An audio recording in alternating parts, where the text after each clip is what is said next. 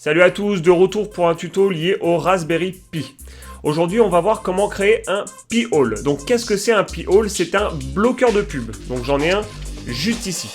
Alors, vous avez sans doute des bloqueurs de pub logiciels du type AdBlock Plus, etc. Il faut savoir que souvent, certains sites vous refusent l'accès parce que AdBlock Plus ou d'autres logiciels sont installés et sont activés. Donc c'est un petit peu le désavantage de ces bloqueurs de pub logiciels, c'est que ça peut prendre des ressources complémentaires et ça peut vous empêcher d'avoir l'accès à certains sites. L'avantage d'un bloqueur de pub matériel, c'est que déjà il ne va pas être sur l'ordinateur, il va être branché derrière votre box. Donc pas de risque que ça ralentisse votre ordinateur, mais l'autre avantage qu'il y a, c'est que ça va permettre de faire fonctionner ça sur tout le matériel informatique que vous aurez chez vous. Je vous montrerai comment faire les redirections DNS afin de passer par ce bloqueur de pub et non pas par un bloqueur de pub logiciel si c'est possible. Je dis si c'est possible parce que des fois, surtout aujourd'hui, on a énormément de produits connectés comme des télévisions. Et ce qui se passe, c'est que quand on va sur Internet via notre télévision, on n'a pas spécialement de bloqueur de pub d'installer. Alors, c'est plus limité qu'un ordinateur, mais c'est vrai qu'on est quand même toujours très content d'avoir un système qui nous bloque les différentes publicités qui peuvent s'afficher sur son écran. Donc moi, pour réaliser mon Pi-hole, j'ai pris un vieux Raspberry Pi, donc je suis sur un Raspberry Pi 2. Donc, pas besoin de partir sur un Raspberry Pi très récent, il n'y a pas besoin d'avoir énormément de ressources. C'est pour ça que c'est quand même assez intéressant, c'est peu coûteux et c'est quand même assez efficace. Donc il y aura d'autres tutos sur les Raspberry Pi, rassurez-vous, j'en ai encore plein d'autres à vous faire découvrir. N'hésitez pas à vous abonner à ma chaîne, bien évidemment, ça vous permettra de ne pas louper les prochains tutos. Et là, on va voir ensemble aujourd'hui comment faire pour créer ce Pi-hole. Maintenant, on va rentrer dans le vif du sujet et on va voir ensemble comment avoir ce petit outil sur son réseau informatique. Allez, on est parti, go!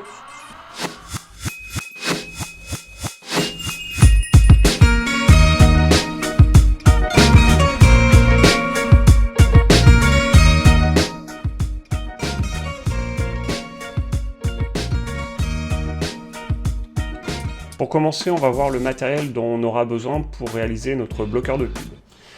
Donc pour ma part, j'ai pris un Raspberry Pi version 2, donc c'est vraiment un ancien modèle. Pas besoin de prendre un modèle très récent, comme je vous ai dit. Là, mon Raspberry Pi 2 suffit amplement. On a une petite carte mémoire, donc le plus basique possible, hein. On va juste mettre notre petit logiciel dessus. Et c'est ce qui permettra justement de gérer vraiment tout ce qui est blocage de publicité. On aura besoin de l'alimentation, donc câble micro USB vers de l'USB, afin que derrière on puisse brancher ça sur le chargeur et alimenter notre Raspberry. On aura besoin d'un câble réseau, alors dans mon cas, puisque je suis sur un Raspberry Pi 2 et qu'il n'y a pas de Wi-Fi intégré, et puis comme il va être justement derrière la box, autant mettre un petit câble réseau. Donc là j'en ai pris un gros, mais vous en mettez un très court, hein. Le but c'est qu'il soit juste à côté et qu'il ne pose vraiment aucun problème. Et on aura besoin donc d'un petit boîtier justement pour pouvoir cacher notre Raspberry Pi. Moi j'ai fait ça en impression 3D, c'est vrai que c'est quand même assez sympa. On l'intègre dedans et c'est vrai que c'est beaucoup plus discret. Voilà, donc ça c'est vraiment les différents éléments qu'il nous faut pour réaliser notre Pi-hole. Maintenant on va voir la partie programmation, on va voir comment on va insérer le système sur la carte micro SD, comment installer le logiciel et après comment paramétrer ça auprès de votre box et des différents matériels qui seront sur votre réseau. Voilà.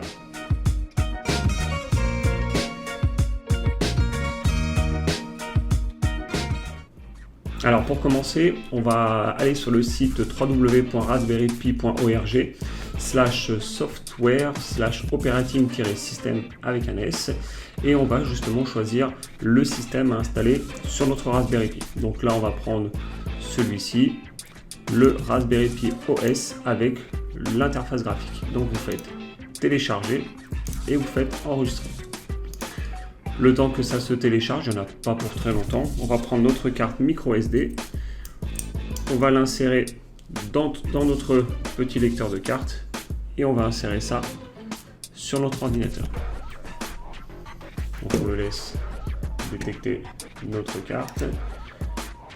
Moi je vais effacer ce qu'il y a dessus puisqu'il y a déjà un système.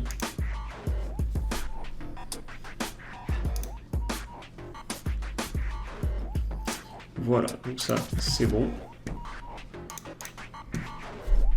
On va utiliser un petit logiciel qui s'appelle Rufus, donc rien de compliqué pour le téléchargement, vous pouvez aller le trouver sur internet. Il nous détecte bien notre carte micro SD de 16 Go. On va sélectionner notre fichier image, donc vous allez récupérer à l'endroit, donc dans les téléchargements, à l'endroit où vous avez téléchargé tout ça, et on fait démarrer. Donc là il nous précise que tout va être effacé, on fait oui, et on le laisse effacer toute la carte mémoire et installer le système dessus. Donc là vous le laissez démarrer tranquillement. Et ensuite, on se retrouve pour voir la suite. Voilà, donc ça c'est terminé. On fait fermer. Une chose importante qu'il va falloir faire, c'est rajouter un petit fichier qui nous permettra de prendre la main dessus. Donc, on retourne sur sa carte mémoire et dessus, on va simplement faire un clic droit. Nouveau fichier texte, et ce fichier texte on va l'appeler, donc on enlève tout, même le point txt, on va simplement l'appeler SSH. Vous validez, il vous dit que attention, ça risque d'être inutilisable si vous modifiez l'extension, peu importe, on fait oui. Donc là on a notre fichier qui s'appelle SSH sans aucune extension, et c'est ce qui nous permettra de prendre la main dessus. On éjecte tout ça. J'ai ma caméra devant, hop, éjecter, et on est bon. Maintenant, ce que l'on va faire, donc on va enlever notre petite carte mémoire, on va l'insérer dans notre Raspberry Pi. Donc, au niveau du boîtier, je tâcherai de vous mettre le lien STL pour créer ce petit boîtier. Il est discret, vraiment sympa, mais au moins vous avez un accès direct sur le port GPIO si vous souhaitez mettre un écran. Donc ça, c'est plutôt bien. On prend ça. Et on va le brancher et voir ce que ça donne. Donc maintenant que c'est fait, on a installé le système Raspberry Pi OS sur notre carte mémoire. On a mis notre carte mémoire dans notre Raspberry Pi et on l'a fait démarrer. Maintenant, il faut identifier l'adresse IP de Raspberry Pi. Donc là, je vous laisserai faire. Vous aurez simplement à aller sur votre box pour voir justement le nouveau matériel qui s'est installé et trouver son adresse IP. Pour ma part, je l'ai identifié, donc on va utiliser notre logiciel de prise en main à distance. Donc c'est Pewty. Pewty, pareil, c'est un logiciel que vous pouvez trouver facilement sur internet. Vous tapez simplement Pewty sur Google et vous pourrez le télécharger.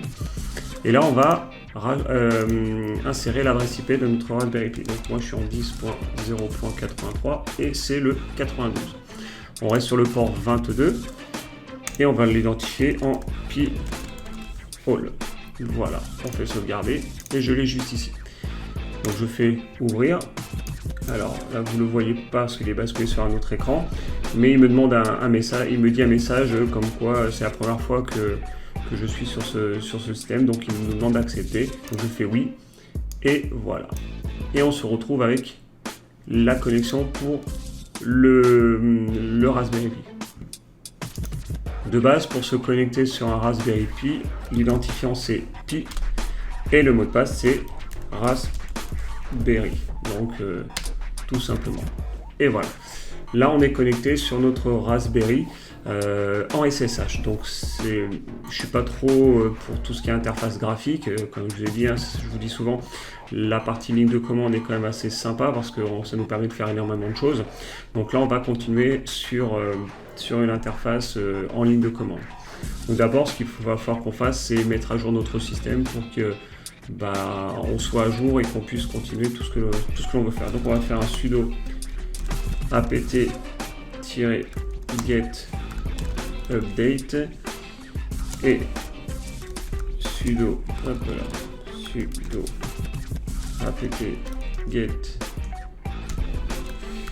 -y upgrade.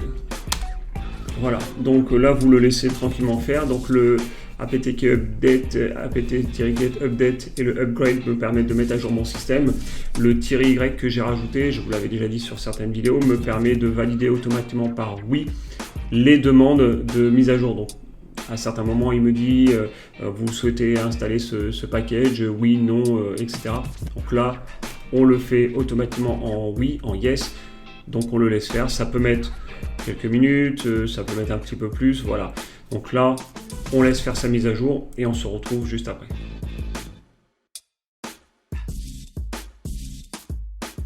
Voilà, donc la mise à jour c'est terminé. Ça a été un petit peu long hein, pour certaines personnes, je pense, tout comme moi, hein, ça a été quand même pas mal long. Là, ce que l'on va faire, c'est qu'on va redémarrer notre système. Donc, on va simplement faire un sudo reboot.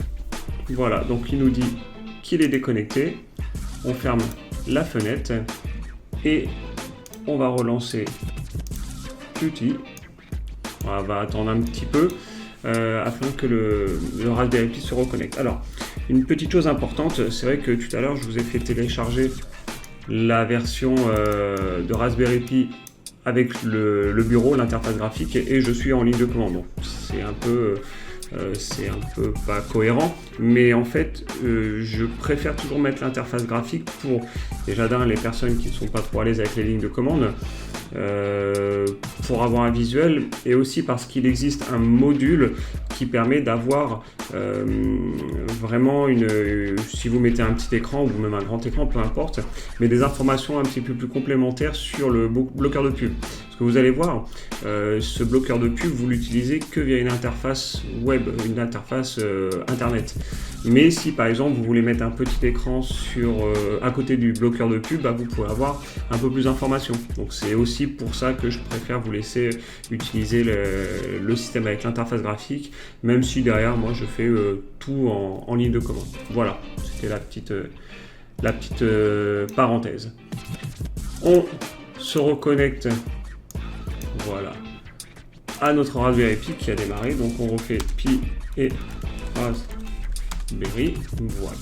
Donc là c'est bon, notre système est à jour et maintenant on va installer tout ça. Donc je vous mettrai dans la description ce site.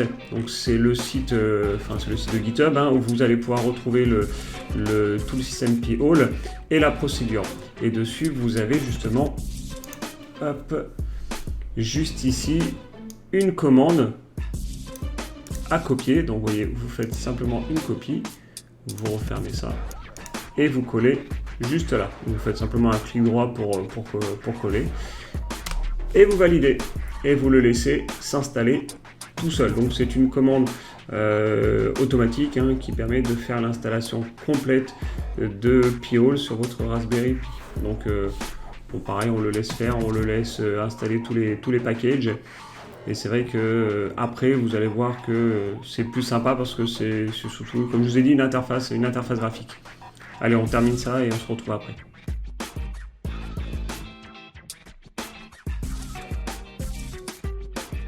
Voilà, donc là, pendant l'installation, il nous lance automatiquement l'installeur. Donc, on fait OK. Voilà, on laisse faire tout ça. Donc là, il nous dit bien que, en clair, notre Raspberry Pi doit avoir une adresse IP statique, donc une adresse IP fixe. Je ne sais pas si vous avez remarqué, quand je me suis reconnecté à mon Raspberry Pi, je l'avais déjà préenregistré, donc c'était toujours la même adresse IP. Ça, c'est ce qu'il faut que vous fassiez sur votre box ou votre routeur pour attribuer une adresse IP fixe. Donc moi, la mienne, c'était 10.0.83.92 de mémoire. Et c'est vrai que en gardant toujours cette même adresse IP, ça permettra à tous les périphériques sur votre réseau de savoir où aller récupérer où sera le serveur DNS justement pour le blocage de publicité. Donc voilà, il nous le précise bien et qu'il ne faut pas justement que l'adresse IP soit générée par un serveur DHCP. Donc là, on valide et là, il va nous faire configurer certaines petites choses. Donc là, hop, alors c'est un petit paramétrage que j'avais trouvé sur internet qui était plutôt sympa, qui était plutôt efficace. Donc vous pouvez tester les autres si vous voulez, ou vous pouvez suivre les paramétrages que je vais faire. Donc là, pour la première partie, on va chercher justement le provider DNS Cloudflare. Voilà, on valide. Là, on fait suivant. On est sur une IPv4, bon, on peut laisser aussi l'IPv6, hein, ça pose pas de problème. On valide. Donc là, il me dit bien que mon adresse IP, c'est bien le 10.0.83.92 et que ma passerelle, c'est la 83.1. Donc, tout est correct, on valide. Donc là, on est bon, donc toujours pareil, on valide tout ça. Donc, il me demande justement si je souhaite installer l'interface web administrateur. Oui, c'est ce qui va nous permettre de plus paramétrer tout ça. On valide tout ça. Pareil pour cette partie-là, on laisse valider sur OK. Donc vous voyez en plus l'avantage c'est qu'il vous marque ce qui est recommandé, donc il n'y a vraiment aucune difficulté. Les logs, on les garde aussi, on valide et on laisse sur Show Everything. Voilà.